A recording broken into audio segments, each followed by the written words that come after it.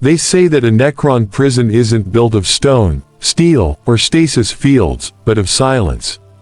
A silence so complete, so ancient, so absolutely unbroken that a prisoner can hear thoughts they never had, memories they never lived, and futures that will never be theirs. No one asks what Necron captivity is like, because those who return don't speak, and those who speak don't return for long. Some whisper myths in dark barracks among flickering lanterns, rumors of entire regiments that vanished without a trace, not killed, not enslaved, not even tortured.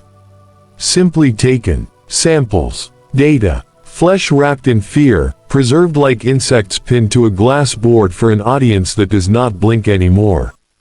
Our story does not begin on a battlefield drenched in heroic sacrifice. It begins with routine, boredom, and the cruel familiarity of war. The 88th Vardan Line Infantry had been stationed on the frontier desert world of Viridian, an unremarkable wasteland of dunes that stretched like dead oceans beneath a red sun. It was meant to be an easy deployment. Hunting smugglers, pacifying minor cults, confiscating contraband promethium, clean work for soldiers lucky enough to have avoided the furnace of the wider galaxy. Something ancient had slept beneath Viridian's crust, and the Imperium had never cared enough to look. The guard walked over tomb entrances disguised as wind-carved rock and never noticed the geometric precision, the unnatural symmetry, the faint green-tinted glimmer buried under sand that never shifted. For 3 straight years, nothing happened. Nothing, until the tremors began. The first quake struck before dawn, and the barracks shook like a starving beast rattling its cage. The desert groaned with a low noise that didn't sound geological. It was mechanical, rhythmic, as though a million gears were turning below the surface after millennia of dust-clogged sleep. Instruments failed, Vox networks died mid-sentence, and command tents collapsed while officers still slept in them. Troopers stared out over the dunes and saw vertical lines rising. Not sand fountains, not atmospheric distortions, but monolithic green pillars forcing themselves upward like blades piercing through flesh. There were no warnings, no demands, no negotiations. The earth simply opened, and the dead rose. Reports said 50,000 soldiers were stationed on Viridian. When the sand had settled, only 5,000 were left unaccounted for. No battlefield, no bodies, no wreckage. Just absence, precise, deliberate, surgical absence. One of those taken was a man named Aaron Cole, a soldier of average training, average discipline, and average ambition. He was the kind of man few would write about, and none would remember. Yet fate has no interest in merit, only timing. Aaron was patrolling the eastern ridge when the quake hit, and before he could call out to his squad, the ground gave way. Not like a pit opening, but like a trapdoor engineered by a species that mastered physics before humanity discovered fire. No fall, no impact, simply weightlessness, then darkness. Aaron woke suspended, not hanging, not lying, suspended. His senses returned slowly, sluggishly, as though his body was being permitted to function only when it was convenient to someone else. The air felt wrong, too still, too cold. Too absent. There was no smell, no heat, no echo. It was a void wearing the shape of a room. He tried to speak, but his voice sounded like it was swallowed the moment it left his throat. He could not see walls, yet he knew he was enclosed.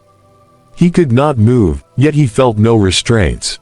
A prison that had mastered inefficiency, not chains, not bars, not cages, merely control. Aaron did not know it yet, but this was his first moment inside a Necron prison, a place that was never built to punish, only to study. A place where time did not pass, it only observed. And somewhere, in the distance of that silent chamber, something else was awake. Not approaching, not watching. Because in a Necron prison, silence isn't the absence of sound, it is the presence of something listening. Aaron Cole hung suspended in that void, not by machinery, not by wires, but by the simple denial of physics itself. Gravity was present only when his captors wanted it. Time passed only when it served a purpose. The human mind is not built for blankness, it craves sound, movement, consequence. Deprive it of these, and imagination mutates into paranoia, paranoia into terror, and terror eventually becomes obedience. But this wasn't torture, not in the way humans think of pain. Pain would be merciful. Pain would mean they cared enough to apply pressure. This was detachment, clinical, curious, the way a surgeon views tissue under a lens. Aaron tried to shout, tried to thrash, but the prison responded like a cold parent tired of childish noise, not violently, not emotionally, but dismissively. A subtle pulse of invisible force froze every muscle, locking his breath inside his lungs until panic drowned reason, and only when his brain screamed surrender did the force release him again. That was the first lesson. You do not act here. You are acted upon. Hours, days, maybe weeks, passed in the void. His thoughts became louder than reality. Memories of sunlight, barrack chatter, bad rations, worse coffee, all replayed like dreams someone else had lived. And the longer he remained, the more he felt something analyzing those memories not as experiences but as data points. The Necrons were not interrogating him, they were cataloging him. And that leads to a question modern humanity never once answered. What if the Necrons aren't seeking information, but compatibility? Because the Necrons don't waste. They don't feed. They don't negotiate. If they take you, it's for a purpose you will never know, until it's already too late. Now, here's why you'll want to stay until the very end of this story. In the final chapter, you're going to learn what the Necrons are building with the prisoners they take, and the answer isn't rumor, or myth, or fear-mongering propaganda, it's something far, far worse. Because Necron prisons don't just hold the living. They reshape the definition of the word, survivor. It began with a sound so small that Aaron thought it was his imagination desperately clawing for stimulation. A faint metallic click, slow, deliberate, measured. It echoed without echoing, if such a contradiction could exist. The noise seemed to come from everywhere at once, like the room did not reflect sound but absorbed and regurgitated it with a mind of its own. Click, pause, click, pause. Not footsteps, not machinery. A countdown. Aaron tried to speak, not because he expected an answer, but because the silence demanded rebellion. His voice cracked through the void, coarse, dry, unfamiliar. Is someone there? The click stopped. A new sensation filled the chamber, not cold, not heat, pressure. As though the air itself was examining him. Something moved, but not in the human sense of a shape advancing. It was awareness shifting closer. Then, the first voice. Not auditory, not telepathic, but printed directly into his thoughts like a memory he never lived. Integration begins. 3 words. Emotionless. A declaration, not a threat. Suddenly, light broke the void.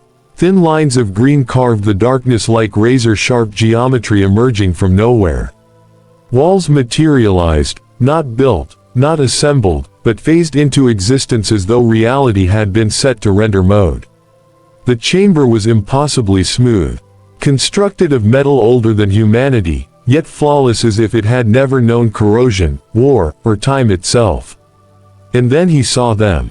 A row of figures, skeletal, metallic, towering, motionless like predatory statues waiting for a command. Their eyes glowed with that sickly, unblinking emerald fire that no organic life could produce. They were not guards. They were observers. Aaron wanted to run, to fight, to scream, but the prison removed his willpower like a surgeon removing an organ, cleanly, efficiently, without ceremony. His body floated toward a metallic slab, more altar than table, its surface shifting to form around his shape like liquid metal with purpose. The moment his back touched it, every nerve fired at once.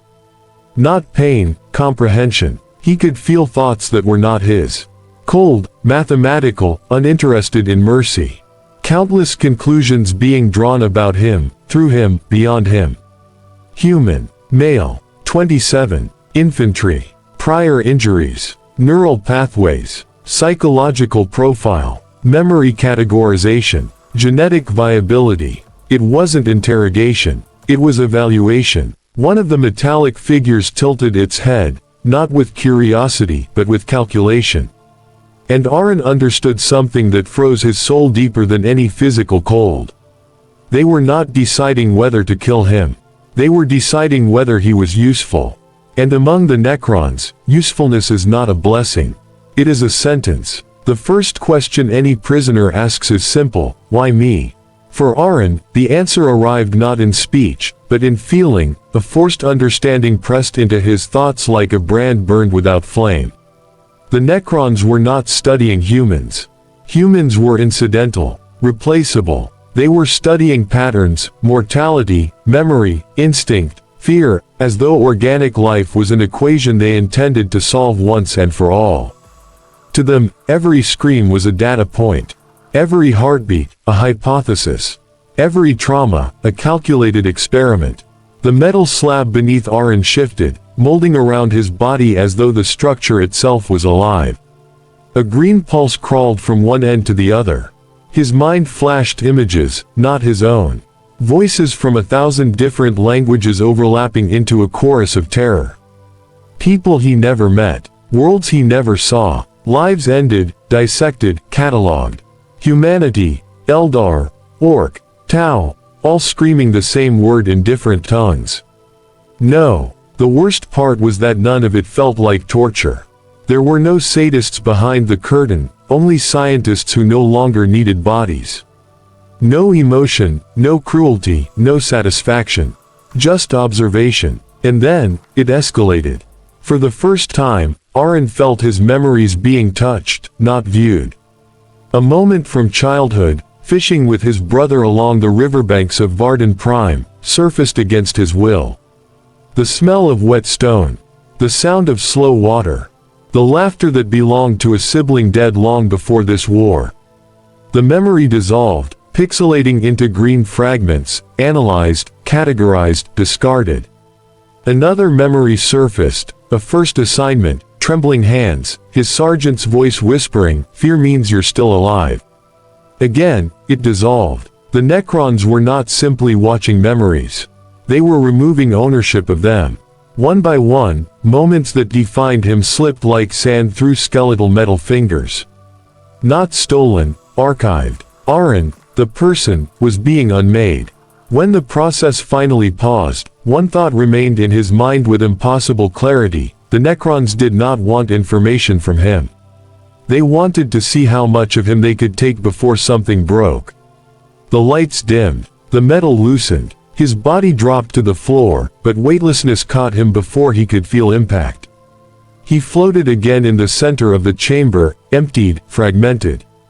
Reduced. Yet something had changed. He was no longer alone. Across the chamber, suspended just like him, was another human, eyes wide, unfocused, vacant.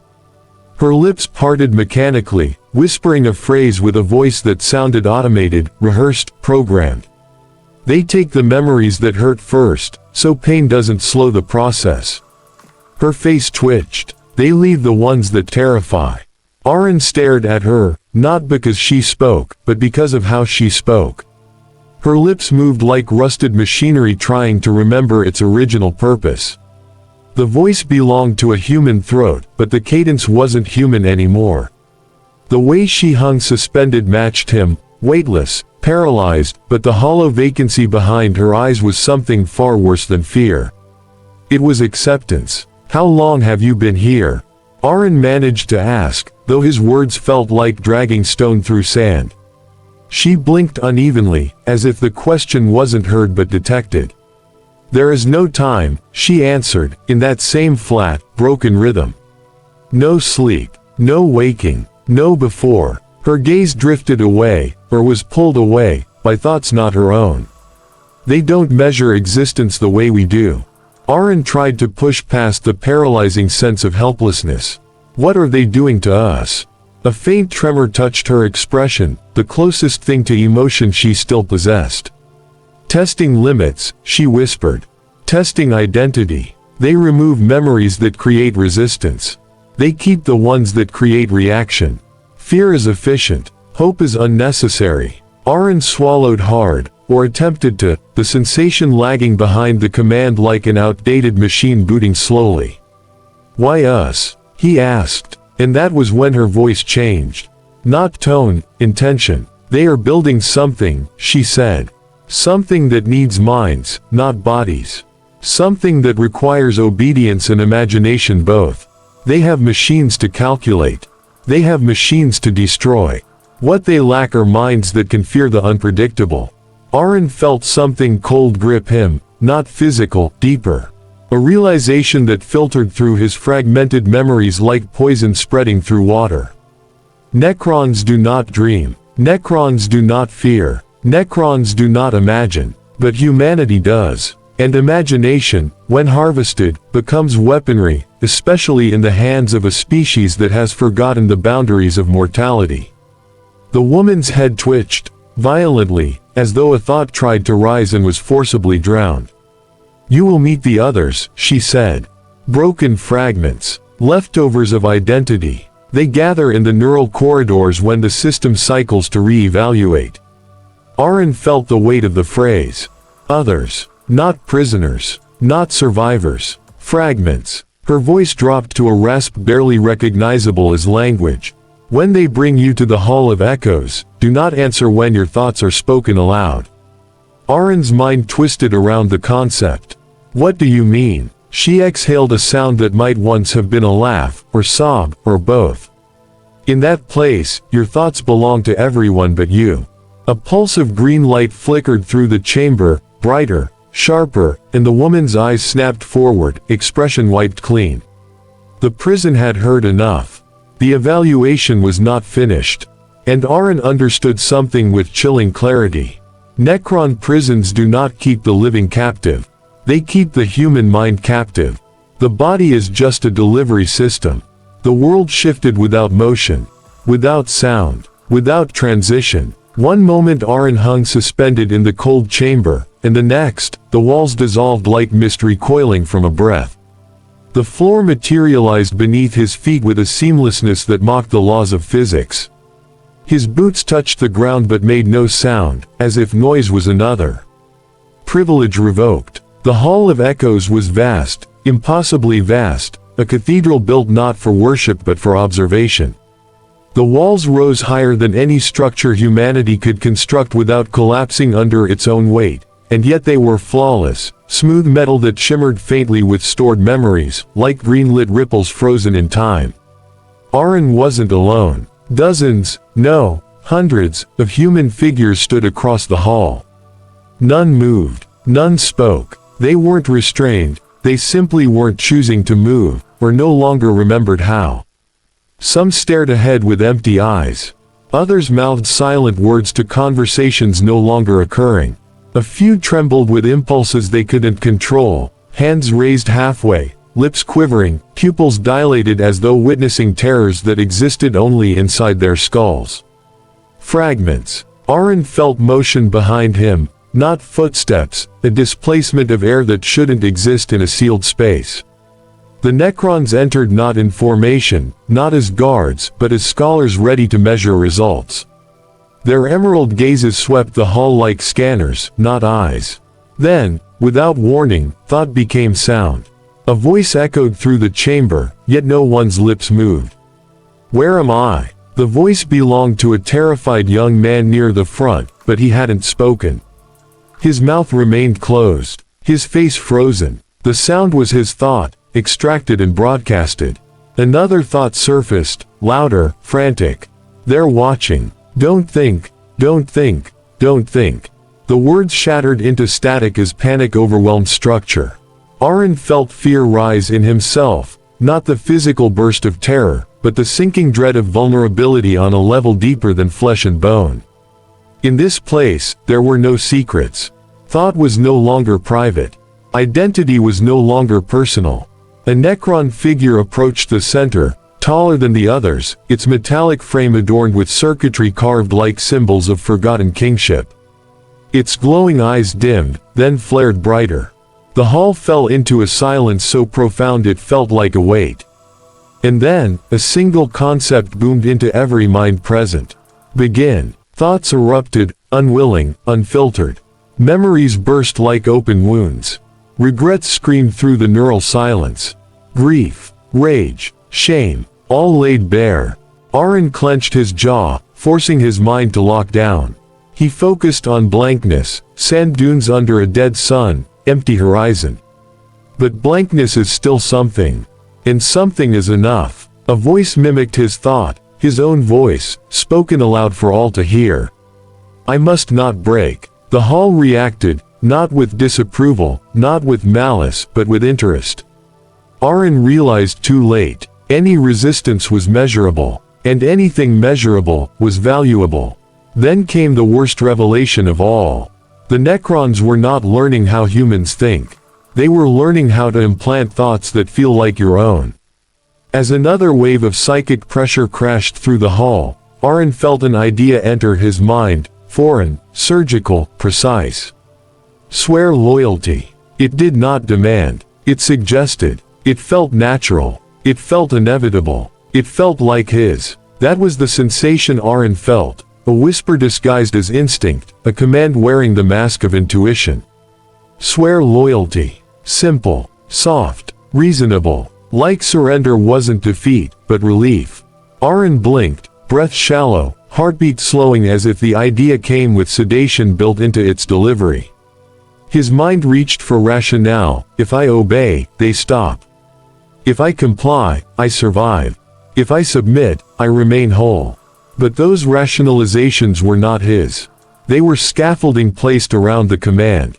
The first prisoner capitulated. A woman near the wall dropped to her knees, not because she chose to, but because the thought became her muscles. She bowed her head in unnatural fluidity, as though her joints remembered a motion she had never performed.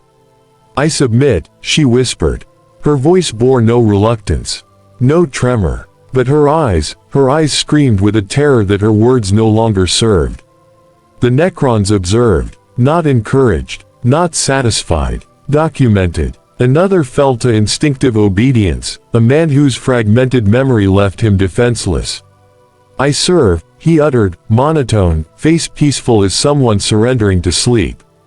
Aaron felt the pressure inside his skull tighten like a fist closing around a fragile object. Swear loyalty. The command repeated, but this time, it arrived with additives, emotional bait disguised as introspection. Visions of freedom, his home world, his brother alive again, illusions crafted from memory fragments the Necrons had already harvested. They weren't offering survival, they were offering reconstructed meaning. Purpose is the strongest chain ever forged. Aaron ground his teeth, fighting the image of Varden Prime, the riverbank, the laughter, the childhood simplicity. The memory felt soft around the edges, artificial, replayed not by recollection, but projection. The voice in his head shifted. Swear loyalty, and be restored. Hope, weaponized. A prisoner 2 meters away screamed, a raw, instinctive howl, because his thoughts had turned against him. His mind now arguing with itself, the Necron suggestion masquerading as his own second voice. I don't want to, he shouted aloud, but the echo that followed wasn't resistance. It was compliance. Yes, you do. 2 voices, both his, contradicting yet synchronized. The scream broke into sobs, then silence. He stopped resisting. The man stood, back straight, face blank, voice even. I will obey. And just like that, the struggle, the humanity, the will, extinguished. Aaron's chest tightened. He realized the truth. This wasn't indoctrination. It was installation. The Necrons were perfecting something no tyrant, no empire, no cult ever successfully mastered. Consent without choice. Aaron steadied his breathing, clinging to the only shield left to someone with nothing, doubt. Doubt was messy. Doubt was human. Doubt, ironically, was resistance. But doubt is a war that exhausts the soldier long before the battlefield. Empties. The pressure surged again, and the suggestion evolved. Not a whisper now, a declaration. Swear loyalty, or cease. And for the first time since his capture, Aaron understood. The Necrons did not punish disobedience. They simply discontinued unnecessary function. He was not trapped between obedience and pain. He was trapped between obedience and oblivion. There is a moment, in every human mind, where survival instinct stops sounding like fear and starts sounding like logic. When death is no longer the worst outcome, when erasure becomes the deeper horror. Aaron felt the suggestion burrow again, wearing new disguises: strategy, necessity, inevitability. Swear loyalty. He clenched his jaw until it ached, because pain meant ownership. Pain meant the self still existed. Around him, more prisoners succumbed. One bowed with shaking limbs. Another spoke the words through clenched teeth. A third didn't speak at all but fell into emotionless compliance. His thoughts were overwritten like corrupted code replaced by a stable version. Resistors were becoming the minority. And minorities are not ecosystems, they are resources being depleted. The pressure inside Aaron's mind intensified. Not pain, focus. The Necrons weren't trying to break him violently, they were isolating every motive, every fear, every hope, and reassembling them with new context. Obedience wasn't betrayal. Obedience was adaptation. Non-compliance was malfunction. Aaron felt something tug at the edges of his identity, not memories this time, but concepts. The idea of me. The idea of self. Thoughts surfaced. I am a soldier. Soldiers follow orders. Orders keep you alive. Loyalty is survival. None of those thoughts felt forced. They felt reasonable, and reason is a far sharper tool than pain. Aaron remembered the woman's warning. They take the memories that hurt first, so pain doesn't slow the process. Without the memories that hurt, obedience doesn't feel like surrender. It feels like progress. The hall flickered, green light rippling along the walls like neural impulses firing through a planetary brain. Suddenly, the air changed. It felt thicker, heavier. The Necrons were preparing something new. A voice echoed, not spoken, not even thought, experienced. Those who resist are retained for correction. And the correction began. A prisoner to Aaron's left screamed as his mind was stretched open. Not physically, internally, the way metal shrieks when bent past its tolerance. His body didn't bleed. He didn't convulse. The horror was in the silence of it, a scream without sound, a mind tearing without a body to mirror it. Another prisoner clutched at her head, nails digging into flesh, drawing blood, the first human stain Aaron had seen since entering this place, because instinct tried to claw out the invading idea like an infection. A third simply collapsed, eyes open, pupils dilated but unfocused, breathing, alive but absent. The body remained. The person was gone. Aaron understood the Necron logic. If resistance requires identity, then remove identity. If obedience requires emptiness, create emptiness. The suggestion surged again. Swear loyalty. And this time, it came with justification. You are not losing yourself. You are shedding inefficiencies. Aaron exhaled slowly. The thought was seductive because it sounded like something he might have said during a long campaign, after watching friends die for orders written by commanders who never felt mud under their boots. Shedding inefficiencies. Survival reframed as efficiency. Obedience reframed as evolution. The Necrons weren't breaking the prisoners. They were optimizing them. Aaron felt his resolve thinning, not cracking, thinning, like rope frayed by friction rather than cut by force. And that was more terrifying than breaking, because if they cut him apart, at least the pieces would still be his. But if they reshaped him, the result would still walk, still speak, still think. But it would not be Aaron anymore. It would be something useful. And usefulness, in a place like this, was the most dangerous fate of all. Aaron felt that creeping void around him, pressing like a hand against his mind, colder than any vacuum, heavier than any armor. It was a weightless weight, the knowledge that the body could continue, breathing and standing, while the person inside was no longer in control. The hall of echoes pulsed with that green light, rhythmic, patient, deliberate. Every pulse seemed to measure, assess, and decide. Aaron's heart raced, yet the sound didn't exist. The beat was purely internal, entirely personal, and yet entirely irrelevant. In this place, relevance was a concept for the living, and here, the living were optional. He looked at the prisoners around him. Some had already begun to echo the suggestions, whispers in their own minds that weren't their own, obedience built into their thoughts like a scaffold around a collapsing building. Others trembled, eyes darting, a flicker of defiance trying to survive in the shadows of erasure. And then, he saw something else. A figure, a human form barely recognizable as such. Its body hovered perfectly still, limbs locked in an impossible posture. The face was calm, almost peaceful, but Aaron swore he could feel the chaos underneath, trapped like storm clouds behind ice. That was what awaited those who resisted for too long. Not death, not even suffering in the human sense. Oblivion without notice. The Necrons were not cruel. They were patient. They didn't need punishment. Pain and violence were inefficient. Silence, submission, and erasure were enough. Every mind tested, every memory dissected, every reaction measured. They didn't need to coerce, they merely reprogrammed the mind's parameters until resistance became impossible. Aaron's thoughts raced. I am Aaron. I am a soldier. I am alive. The repetition was almost comforting. But the whisper of suggestion returned, soft, unyielding. You are useful. You belong. Swear loyalty. And suddenly, he felt the temptation, the seductive relief of yielding, of ceasing to struggle against the impossible. The mind longs for ease, for rest, for the illusion of control where none exists. The Necrons didn't create monsters. They created humans without the burden of fear or hesitation, machines that retained thought but surrendered choice. One of the prisoners nearby, a young recruit who had screamed for days, resisting every subtle pressure, suddenly stopped. His body froze mid-motion, and then he spoke aloud in a voice that sounded borrowed from someone else entirely. I serve. No trembling. No panic. Just submission. Aaron could almost hear the mechanical efficiency behind the words, the precise execution of a thought that was no longer owned.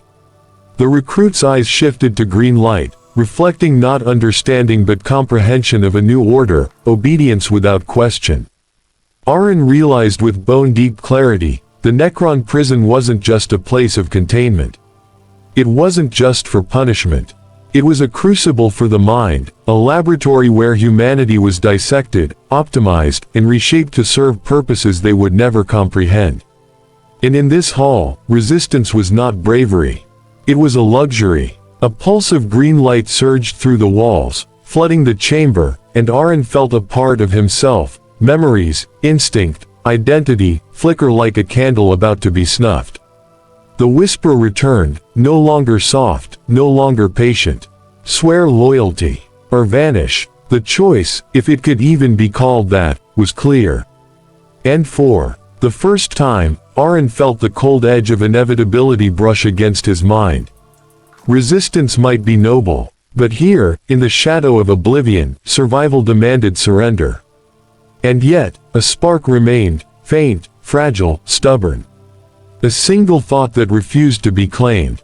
I will remember. That question echoed louder than the metallic hum surrounding Aaron as the chamber dimmed and the green glow converged on him like predatory eyes. He stood at the edge of surrender, not because he was weak, but because every mind had limits, and the Necrons had spent millennia learning precisely where those limits cracked. The voices were no longer whispers, they were harmonious, unified, the sound of a machine intelligence far older than humanity's oldest myth. Serve. Swear loyalty. Purpose will free you. The words were like cold water poured directly into the mind, sharp, shocking, undeniable. The promise of peace dangled in front of him, not as hope but as anesthesia. No more fear, no more pain, no more waking to screams in the dark. Just obedience, just silence, just function. But peace was never the empire of the living. Peace was a graveyard with better lighting.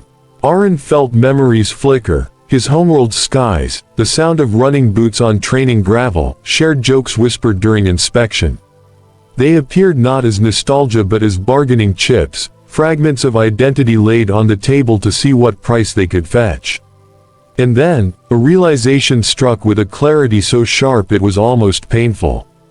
If the Necrons could take everything, then anything he chose, even in his last moment, still belonged to him. Maybe he couldn't escape. Maybe he would break. Maybe the last thought he held before they rewrote him was the only battle he could still win. Humanity was fragile, temporary, chaotic, but it was theirs. Thoughts mattered because they were fleeting. Lives mattered because they ended. Even stripped of freedom, even erased from himself, his defiance meant something simply because they wanted it gone. Aaron straightened, not in resistance of the body, but in assertion of the mind. I will remember, even if only for another heartbeat. Even if no one ever knows I did. The chamber pulsed. The light surged. The voice demanded again, swear loyalty. Aaron closed his eyes, not in fear, but in ownership of the last moment that was entirely his. And if the Necrons succeeded, if they rewrote him, repurposed him, renamed him, then somewhere in the cold machinery of their grand design, a single ghost of a thought might survive. That once, there had been a soldier who chose. Not winning, not surviving, but choosing. And sometimes, in the brutal galaxy of Warhammer 40K, that is the closest thing to victory the doomed will ever get.